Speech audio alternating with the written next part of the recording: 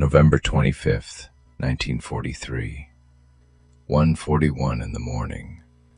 North of Bougainville, in water so dark it looked empty, a radar screen on an American destroyer began to brighten. 5 contacts, 11 miles out. 5 Japanese destroyers were heading home from Buka, confident the night belonged to them. They had no idea that Captain Arleigh Burke was already between them and Rabaul. They had no idea that every mile they steamed west was making the trap cleaner. And the strangest part was this. Burke saw them. Burke had the range. Burke had the advantage. And he did not fire. That silence was the weapon. 14 months earlier, the United States Navy had gone into this same chain of islands with radar, cruisers, confidence, and no real night-fighting doctrine. It had paid for that mistake in burning ships. At Savo Island in August 1942, Allied cruisers were caught in the dark by a Japanese force that did not need radar to find them. USS Quincy burned. Vincennes rolled. Astoria fought while dying. 4 Allied heavy cruisers went down in about 40 minutes. The American ships had radar. The Japanese force that struck them did not. That fact should have been impossible to live with. It was not just a defeat. It was an indictment. The reports that followed were brutal in the quiet way official reports can be brutal. Contacts had been seen. Warnings had been passed. But the information did not become action fast enough. Radar was treated like an early warning bell, something that confirmed danger after officers already understood the danger. The Japanese treated darkness itself like a weapon, and darkness beat radar because the Americans had not yet learned what radar was supposed to change. That was the old Navy's problem. It had the tool. It did not have the thinking. Arleigh Burke understood the difference. Burke was not built like a ceremonial hero. He was compact, sharp, impatient with loose thinking, and deeply interested in what destroyers could do if the Navy stopped treating them only as escorts. To many officers, destroyers were a screen. They guarded bigger ships. They absorbed danger around cruisers and battleships. Burke saw something else. He saw speed. He saw torpedoes. He saw small ships that could strike first in the dark if they were given permission to be predators instead of bodyguards. But before he could prove that, the Navy had to keep learning in the most expensive way possible. At Tassafaronga in November 1942, American radar again found Japanese ships in the night. The American force opened with gunfire. And that gunfire solved the Japanese problem for them. Muzzle flashes gave them the American position. Japanese torpedoes came back through the dark. 1 American cruiser sank. Several others were badly damaged. The pattern was now clear enough to be painful. American radar found the enemy. American guns announced where the Americans were. Japanese torpedoes answered. American ships died. The technology was not failing. The sequence was failing. Burke's answer was almost insultingly simple. Do not shoot first with guns. Do not light yourself up. Do not give the enemy a direction, a flash, a silhouette, or a reason to fire. Use radar to close in silence. Let the plotting boards do their work. Let the range collapse. Then launch torpedoes before the enemy understands the battle has started. Only after the first hits, only after the Japanese formation is broken, bring in gunfire. It sounds obvious after it works. Before it works, it sounds like madness. Because the hardest order in surface warfare is not always attack. Sometimes the hardest order is wait. In August 1943 at Vella Gulf, Commander Frederick Moosbrugger gave that idea its first great proof. 6 American destroyers found 4 Japanese destroyers on a reinforcement run.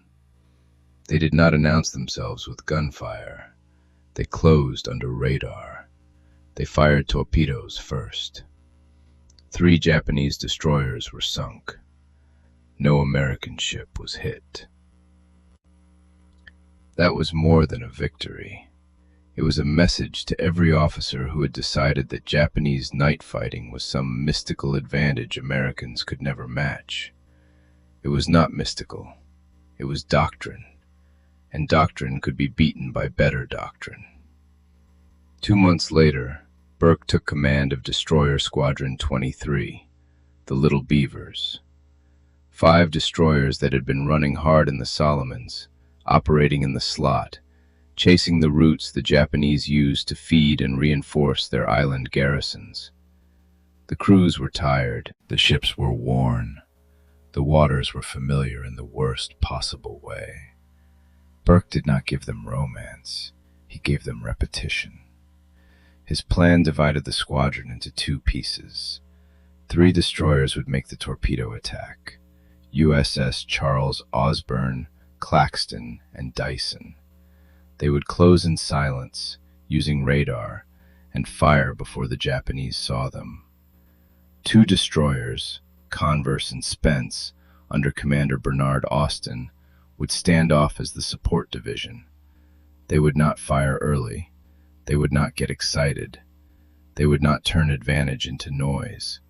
They would wait until torpedoes detonated. Burke drilled that into them until waiting was no longer a feeling. It was procedure. And that mattered because procedure is what you have left when fear starts giving advice. On November 24th, 1943, Japanese destroyers left Rabaul for Buka. Their job was to move men and material through the dark, the same kind of mission the Allies called the Tokyo Express. American reconnaissance spotted the movement. Burke moved to intercept. 9 PT boats guarded the passage. Burke's destroyers took station in the black water beyond it. There was no moon bright enough to save anyone. There was no daylight coming soon enough for comfort. There was only radar, discipline, and the thin line between patience and disaster. At 1:41 a.m. the contacts appeared. 5 Japanese destroyers, 2 escorts leading, 3 transport destroyers behind them. They had completed their Buka mission and were heading back toward Rabaul. Burke turned his attack division toward them. Austin's support division moved into position, and then the most important part of the battle began. Nothing happened. No gunfire, no searchlights, no shouted attack, no heroic broadside. The American destroyers moved through the dark with their guns silent and their torpedo crews waiting. The Japanese ships kept coming. 8 miles, 6 miles, 5. The radar picture sharpened. The solutions improved. On the bridges and in the plotting rooms, men watched distance become destiny. Every instinct in naval combat says that when you see the enemy, you act. Burke's doctrine said the opposite. Act too soon and you give him the fight. Wait long enough and you give him only the impact. At 1:55 a.m., Burke gave the order. 15 torpedoes left 3 American destroyers and ran into the night. The Japanese still did not know the Americans were there. That is the coldest sentence in the whole story. The weapons were already in the water. The targets were still navigating home. A few minutes later, the destroyer Onami was hit, not damaged, not slowed in the way a ship limps away from a bad night. She was destroyed so suddenly that the formation around her lost more than a ship. It lost certainty. Makanami was hit and disabled. The clean Japanese line became confusion. Austin's support division, which had been waiting exactly as ordered, moved in. Converse and Spence finished the crippled destroyer with torpedoes and gunfire after the ambush had already done its work. Now the guns spoke. Now the flashes came. But now they spoke into a battle the Japanese had already lost. The remaining transport destroyers turned north and ran, Burke pursued by radar. This is what had changed since Savo Island. In 1942, American radar saw danger and the command system hesitated. In 1943, Burke's radar saw movement. Doctrine converted it into geometry, and geometry became violence. The dark no longer belonged automatically to the Japanese. For the first time in those waters, darkness had changed sides. Burke chased. The destroyers drove north, dangerously closer to Rabaul, where Japanese aircraft would own the morning if he stayed too long. Fuel mattered. Ammunition mattered. Sunrise mattered. But the radar picture still showed a fleeing enemy. At 3:28 a.m., Ugiri was sunk. By just after 4, Burke broke off the pursuit. Not because the fight had failed, because the calculation had changed. He had done what he came to do. 3 Japanese destroyers sunk, 1 damaged. Only 1 escaped. 647 Japanese sailors dead. No American destroyer hit. No American sailor killed. That is why Cape St. George has been called an almost perfect action. But the perfection was not in the torpedoes alone. It was in the restraint before the torpedoes. The victory began in the minutes when nobody fired. It began when trained men held down the oldest impulse in combat, to reveal yourself just so you can feel like you are doing something. Burke had learned the lesson that Savo Island wrote in fire. Seeing first means nothing unless you know what seeing first allows you to do. Radar had existed in 1942, but at Savo it was information without doctrine. At Cape St. George, it became doctrine with teeth. That is the real arc of the story. Not America inventing a new machine. Not a commander discovering courage at the last moment. Not a lucky night. The United States Navy already had brave men. It already had radar. What it did not have, at first, was the discipline to let information become an ambush instead of a warning. Burke gave it that discipline, and he did it with destroyers crewed by ordinary men. Factory workers, farm boys, mechanics, cooks, radio men, torpedo men. Men who had learned that survival in the Solomons did not always look like aggression. Sometimes it looked like a dark ship holding fire while the enemy steamed closer. That is why the story did not end when the shooting stopped. When the little beavers returned, they came back on Thanksgiving morning. Burke asked that chaplains be waiting, not because the Navy needed ceremony, because every man had come back. In the language of battle reports, that is a casualty figure, 0. In the language of the men who stood on those decks, it was something larger. It was the difference between a lesson learned on paper and a lesson learned in time. After the war, Burke faced a slower enemy, institutional forgetting. War teaches fast because the penalty is immediate. Peace lets organizations convince themselves they have already learned enough.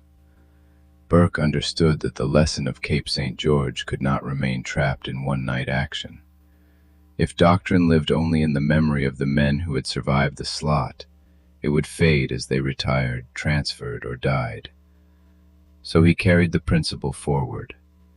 As Chief of Naval Operations in the 1950s and early 1960s, Burke pushed the Navy into another age of transformation. Nuclear propulsion, ballistic missile submarines, A fleet built around speed of decision, information, and readiness for a war that could arrive faster than tradition could react. The weapons changed. The oceans did not. The principle remained. Know first. Decide fast. Do not reveal more than you must. Strike before the enemy can turn information into survival. That is why the destroyers bearing Arleigh Burke's name do not simply commemorate a man. They commemorate a method. Steel, radar, missiles, command systems, and crews trained to turn information into action before an enemy can do the same. The line from a green radar screen in 1943 to a modern guided missile destroyer is not a straight line of hardware. It is a line of thinking. At Savo Island, the Navy had the right tool and the wrong doctrine. At Cape St. George, it had both. That difference put 3 Japanese destroyers on the bottom and brought every American sailor home. The ocean forgets sound quickly. Shell bursts fade, engines pass, wrecks sink into dark water, but doctrine remembers. It remembers the ships lost when warnings were not understood. It remembers the minutes when Burke waited. It remembers that the side which sees first does not automatically win. The side that understands what seeing means wins. At 1:41 a.m., 5 contacts appeared on a radar screen north of Bougainville. 14 minutes later, the battle was already being decided. Not by noise, not by luck, not by the bravery of men rushing into fire. By silence, by geometry, by a commander who understood that waiting at the right moment could be the most violent act at sea. The ocean remembers nothing. The doctrine remembers everything.